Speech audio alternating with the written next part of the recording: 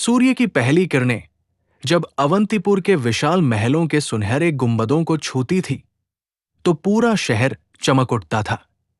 ये धन और वैभव का नगर था। यहां की हवा में इत्र की खुशबू और गलियों में रेशम की सरसराहट हमेशा रहती थी। लेकिन इस चमक दमक के बीच राजकुमार आर्यन का जीवन एक सोने के पिंजरे जैसा था। आर्यन अवंतीपुर का एकमात्र वारिस, देखने में किसी देवता की मूर्ति जैसा था। चौड़ा माथा, तेज आंखें और एक शाही चाल जो बिना बोले ही हुकूमत जाहिर करती थी। मगर उसकी आंखों में एक अजीब सी उदासी थी। उसे राजकाज, तलवारबाजी और राजनीति की पेचीदगियों में कोई दिलचस्पी नहीं थी। उसका दिल धड़कता था रंगों के लिए, आकृतियों के लिए और उस कला के लिए जिसे राजमहल में तुच्छ समझा जाता था। वो छुप छुप कर चित्रकारी करता था, लेकिन उसे हमेशा यही सुनने को मिलता, राजकुमार, हाथ में तलवार शोभा देती है, तूलिका, ब्रश नहीं। दूसरी ओर शहर की चकाचौंध से दूर, जहां शिप्रा नदी का शांत प्रवाह बहता था, वहां की दुनिया बिल्कुल अलग थी। वहां कच्ची मिट्टी की सौंधी महक थी। ये कुम्हारों की बस्ती थी।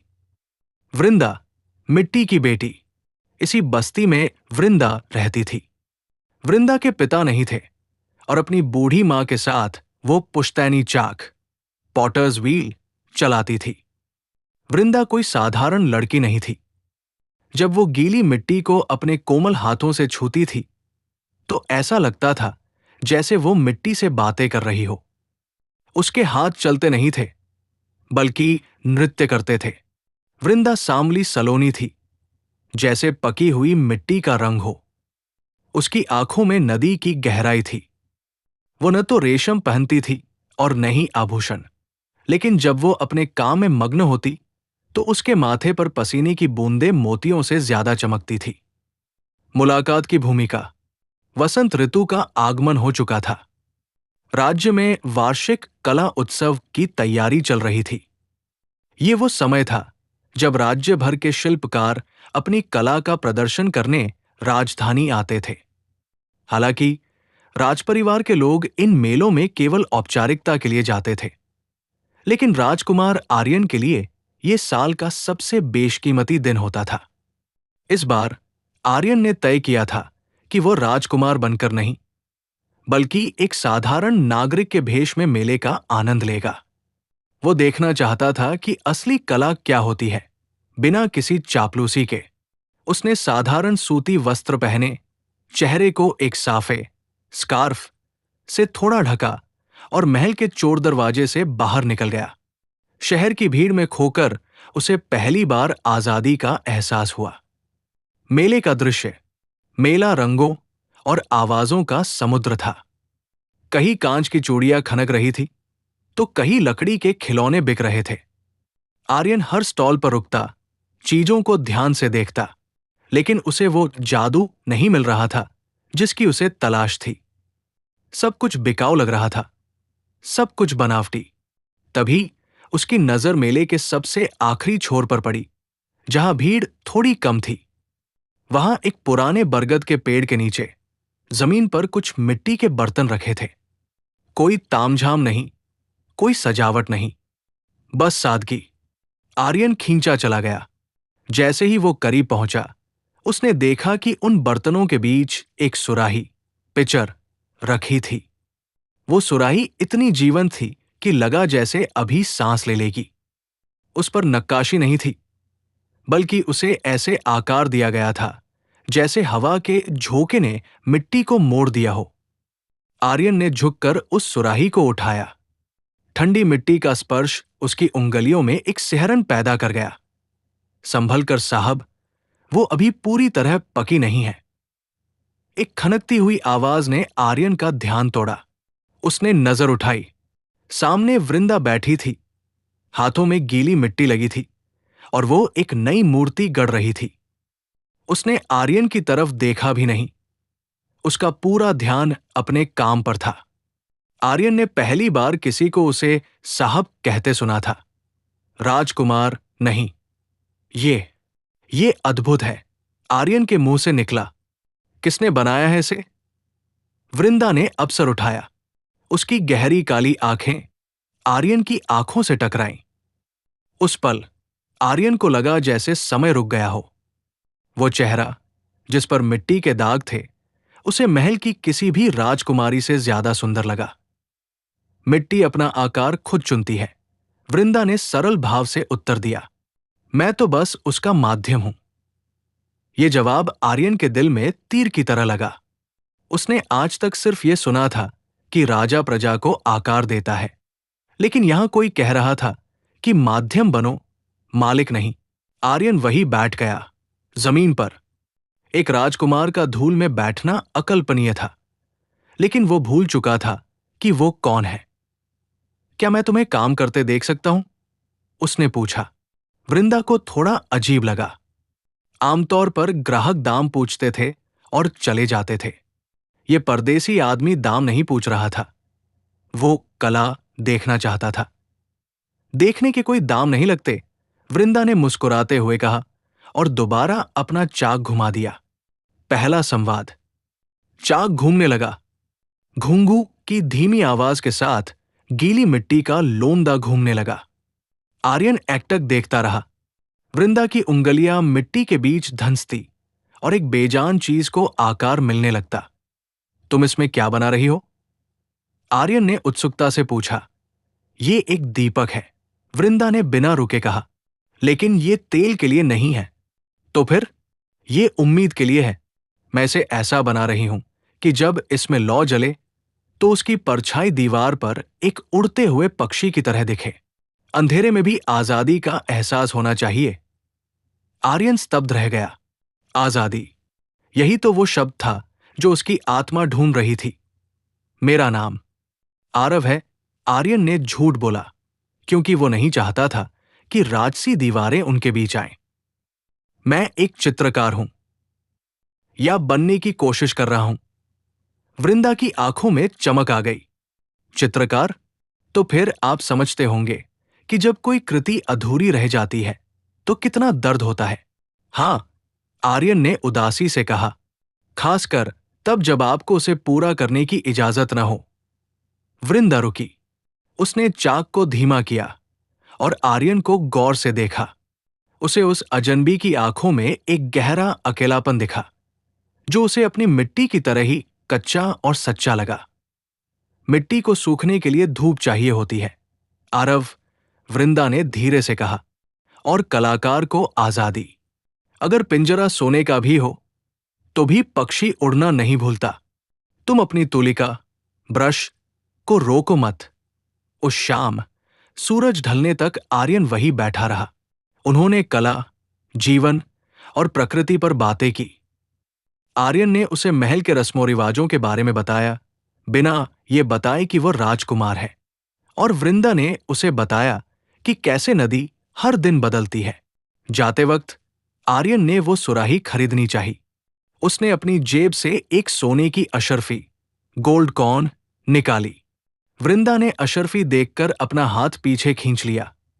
ये बहुत ज्यादा है, मेरे पूरे साल की कमाई से भी ज्यादा। मैं ये नहीं ले सकती। ये कीमत सुराही की नहीं, उस सीख की है जो तुमने मुझे आज दी, आर्यन ने कहा। कला बिकाऊ नहीं होती, आरव, वृंदा ने स्वाभिमान से कहा। अगर इसे ले जाना है तो इसके बदले मुझे कुछ ऐसा दो जो बाजार में न मिलता हो। आर्यन उलझन में पड़ गया। क्या चाहिए तुम्हें? वृंदा ने एक सूखे हुए फूल की ओर इशारा किया जो आर्यन के साफे में फंसा था।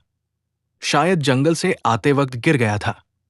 वो फूल, वो कुदरत का है, किसी इंसान का बनाया हुआ नहीं। आर्यन मुस्कुराया। उसने वो सूखा फूल वृंदा की हथेली पर रख दिया और बदले में वो कच्ची मिट्टी की सुराही उठा ली। जब वो वापस महल की ओर जा रहा था तो उसके हाथों में मिट्टी की सुराही थी, लेकिन उसे लग रहा था कि उसने पूरी दुनिया का खजाना पा लिया है। उसे पता नहीं था कि ये मुलाकात एक ऐसे तूफान की शुरुआत थी जो अवंतीपुर की नींव हिलाने वाला था। महल में वापसी। रात के अंधेरे में आर्यन अपने कक्ष में लौटा। उसने सुराही को अपने मखमली बिस्तर के पास रखा। वो सुराही महल की भव्यता के बीच बेमें लग रही थी, लेकिन आर्यन के लिए वही सबसे सुंदर थी। तभी कमरे का दरवाजा खुला और महाराज विक्रम सिंह, आर्यन के पिता, ने प्रवेश किया। उनके चेहरे पर क्रोध था। तुम कहाँ थे आर्यन?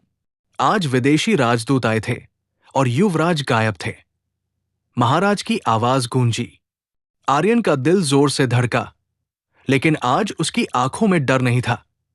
वृंदा की बातें उसके कानों में गूंज रही थी। पिंजरा सोने का भी हो। मैं राज्य का निरीक्षण कर रहा था पिताजी, आर्यन ने नजरें झुकाकर कहा। महाराज की नजर उस मिट्टी की सुराही पर पड़ी। उन्होंने उसे घृणा से देखा। ये कूड़ा यहां राजकक्ष में क्या कर रहा है? इसे अभी फिंकवाओ। ये कूड़ा नहीं है, आर्यन ने अचानक बीच में टोका। उसकी आवाज में एक नई दृढ़ता थी। ये कला है। महाराज हैरान रह गए। उनका आज्ञाकारी बेटा पहली बार पलटकर बोल रहा था। माहौल तनावपूर्ण हो गया। कल सुबह दरबार में तुम्हारी उपस्थिति अनिवार्य है, महाराज ने सख्त लहजे में कहा और मुड़कर चले गए। और इस मिट्टी के टुकड़े को अपनी नजरों से दूर कर देना। दरवाजा बंद हो गया। आर्यन ने सुराही को अपने सीने से लगा लिया। उसे पता था कि आज से उसका दोहरा जीवन शुरू हो गया है। एक तरफ उसका राजधर्म था और दूसरी तरफ वृंदा की वो दुनिया जहां वो सिर्फ आरव था। वो अभी नहीं जानता था कि वृंदा भी अपनी झोपड़ी में बैठी उसी सूखे फूल को देख रही थी, ये सोचते हुए कि वो अजीब परदेसी कौन था जिसकी आंखों में इतना दर्द और इतनी गहराई थी। कहानी अभी शुरू हुई थी। महीने बीतते गए। वसंत के बाद ग्रीष्म आया और फिर वर्षा ऋतु, जिसने शिप्रा नदी को और गहरा कर दिया। इन बदलते मौसमों के साथ राजकुमार आर्यन का आरव के रूप में जीवन भी गहरा होता गया। वो अब हर दूसरे दिन महल से चोरी छिपे निकलता और वृंदा की कुटिया पर पहुंच जाता। वृंदा को अभी भी यही लगता था कि आरव एक संघर्षरत चित्रकार है। उसने आरव को चाक चलाना सिखाया और आरव ने उसे रंगों की समझ दी। मिट्टी और कैनवास का ये मिलन दो आत्माओं का मिलन बन गया। एक बरसात की शाम, जब वे दोनों कुटिया के बाहर बैठे बारिश को देख रहे थे, वृंदा ने पूछा, आरव, तुम्हारे चित्रों में हमेशा एक अधूरापन क्यों होता है? तुम कभी किसी चेहरे की आंखें पूरी क्यों नहीं बनाते? आर्यन, आरव ने एक गहरी सांस ली। क्योंकि आंखें सच बोलती हैं, वृंदा, और मेरी दुनिया में सच बोलने की मनाही है। वृंदा को लगा कि वो शायद अपने गरीब जीवन की बात कर रहा है। उसने अपना मिट्टी सना हाथ आर्यन के हाथ पर रख दिया। मिट्टी कभी झूठ नहीं बोलती, आरव। जब तुम इसमें हाथ डालोगे तो तुम्हारा सच अपने आप आकार ले लेगा। उस स्पर्श ने आर्यन के भीतर के द्वंद्व को शांत कर दिया। उसे उस पल एहसास हुआ कि वो अब अवंतीपुर के सिंहासन के बिना जी सकता है, लेकिन वृंदा के बिना नहीं। लेकिन महलों की दीवारों के कान होते हैं।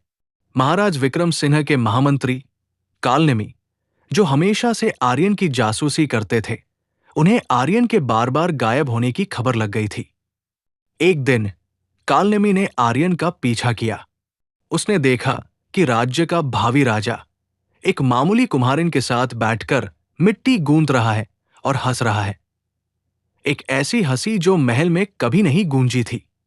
कालनेमी ने तुरंत महाराज को सूचित किया, महाराज, अवंतीपुर का भविष्य खतरे में है।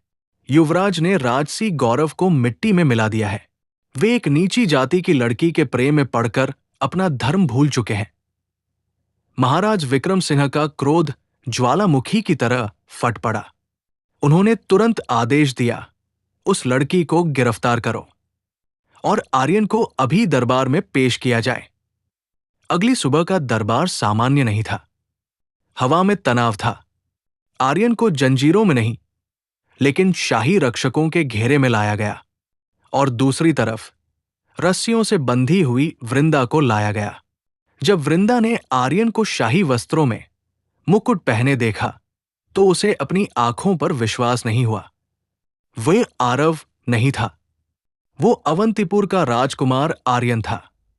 उसके पैरों तले जमीन खिसक गई। धोखा, सबसे बड़ा धोखा।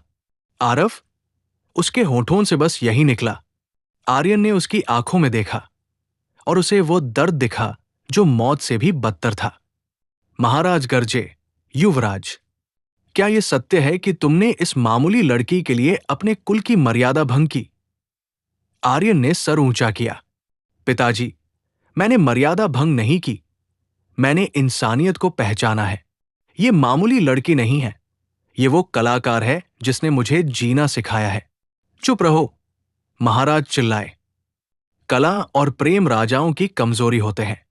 तुम्हें अभी चुनाव करना होगा, या तो ये सिंहासन और तुम्हारा राजधर्म, या फिर ये लड़की और इसका निष्कासन। वृंदा की आंखों से आंसू बह रहे थे, डर के नहीं, बल्कि उस झूठ के जो आर्यन ने इतने दिनों तक जिया। इससे पहले कि आर्यन कुछ बोलता, वृंदा ने रस्सियों के बावजूद अपना सर ऊंचा किया।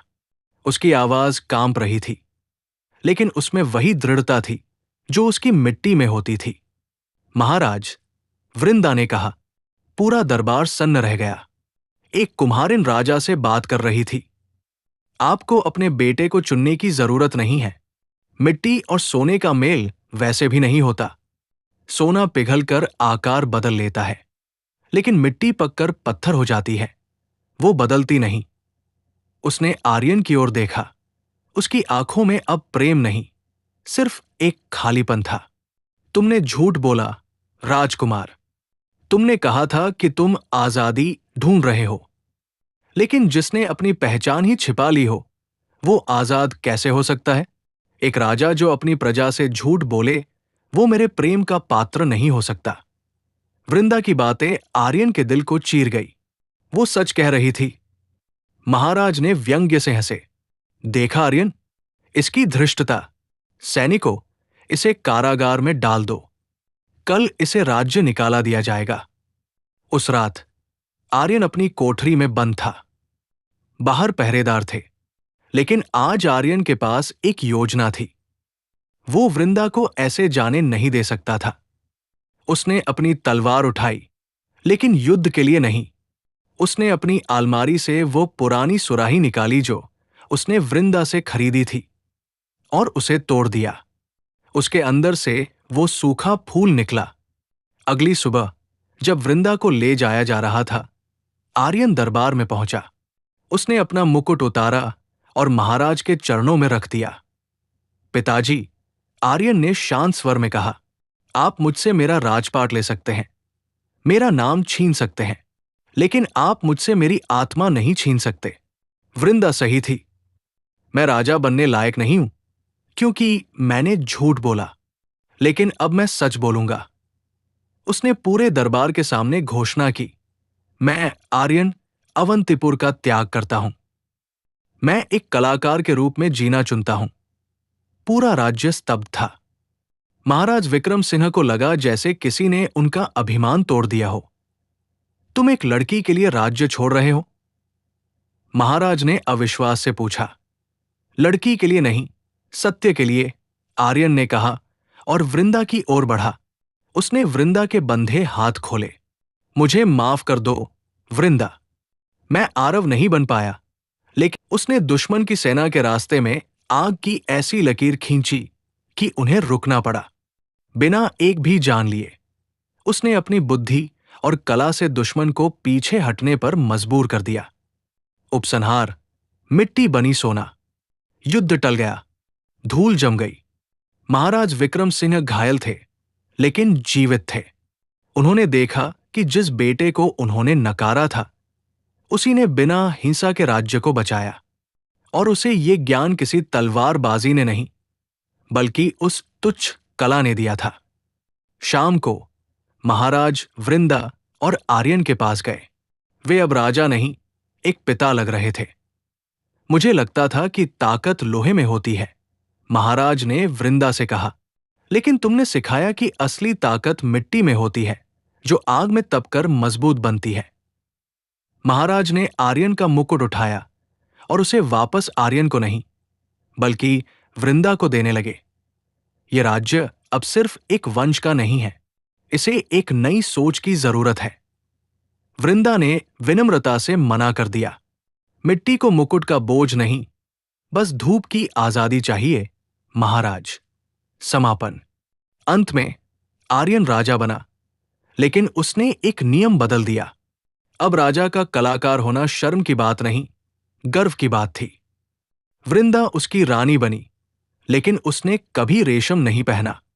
वो राजमहल के बगीचे में अपनी कुटिया बनाकर रही, जहां वो हर रोज मिट्टी के बर्तन बनाती थी। अवंतीपुर बदल गया। अब वहां महलों में सोने की नहीं, बल्कि कला की कद्र होती थी।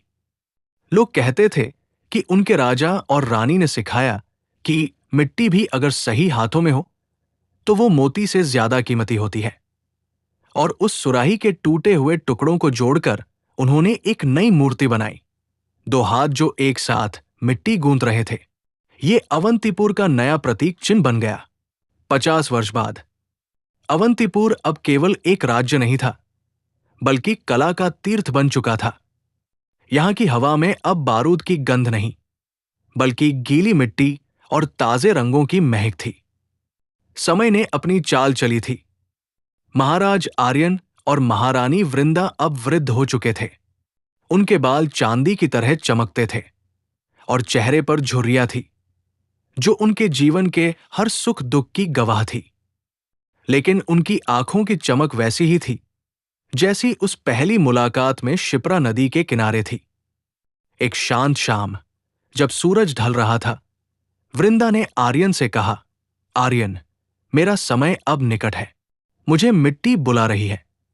आर्यन का दिल सिहर उठा, लेकिन वो जानता था कि प्रकृति के नियम को राजा भी नहीं बदल सकता। उसने वृंदा का हाथ थाम लिया। वे दोनों लड़खड़ाते कदमों से राजमहल के उस विशेष कक्ष में गए, जिसे उन्होंने सृजन कक्ष, क्रिएशन रूम बनाया था। वहां सोने का सिंहासन नहीं, बल्कि वृंदा का पुराना घिसा हुआ चाक, पॉटर्स व्हील रखा था। मैं अपनी अंतिम कृति बनाना चाहती हूं, वृंदा ने कांपती आवाज में कहा, लेकिन आज मेरे हाथों में वो ताकत नहीं रही कि चाक घुमा सकूं। आर्यन मुस्कुराया, उसकी आंखों में आंसू थे। जब हम मिले थे, तब तुमने मुझे चाक चलाना सिखाया था। आज मैं तुम्हारा चाक घुमाऊंगा और तुम उसे आकार देना। अंतिम कृति। आर्यन ने, जो अब एक वृद्ध राजा था, जमीन पर बैठकर चाक घुमाना शुरू किया। वृंदा ने अपने कांपते हाथों से गीली मिट्टी को छुआ। जैसे ही मिट्टी और हाथ का मिलन हुआ, जादू फिर जाग उठा। न कोई शब्द, न कोई बात, बस चाक की घुंघू और दो रूहों का मिलन। वृंदा ने कोई सुराही या मूर्ति नहीं बनाई। उसने दो साधारण दिए, अर्दन लैंप्स, बनाए, एक थोड़ा बड़ा, एक थोड़ा छोटा। जब वे बन गए, तो उसने दोनों को एक दूसरे से ऐसे जोड़ दिया कि उनका तेल एक दूसरे में मिल सके। ये हम हैं, आर्यन, वृंदा ने कहा। दो अलग दिए, लेकिन ज्योति एक। उस रात वृंदा ने आर्यन के कंधे पर सर रखकर अपनी अंतिम सांस ली। अवंतीपुर की रानी ने सोने के पलंग पर नहीं, बल्कि उस मिट्टी के पास प्राण त्यागे जिससे उसने जीवन भर प्रेम किया था। आर्यन ज्यादा दिन उसके बिना नहीं रह सका। लोग कहते हैं कि वृंदा के जाने के ठीक 7वें दिन आर्यन भी अपनी नींद में ही चला गया। उसके चेहरे पर एक सुकून था, जैसे वो अपनी आजादी को पा चुका हो। इतिहास के पन्ने 500 साल बाद, सदियां बीत गई।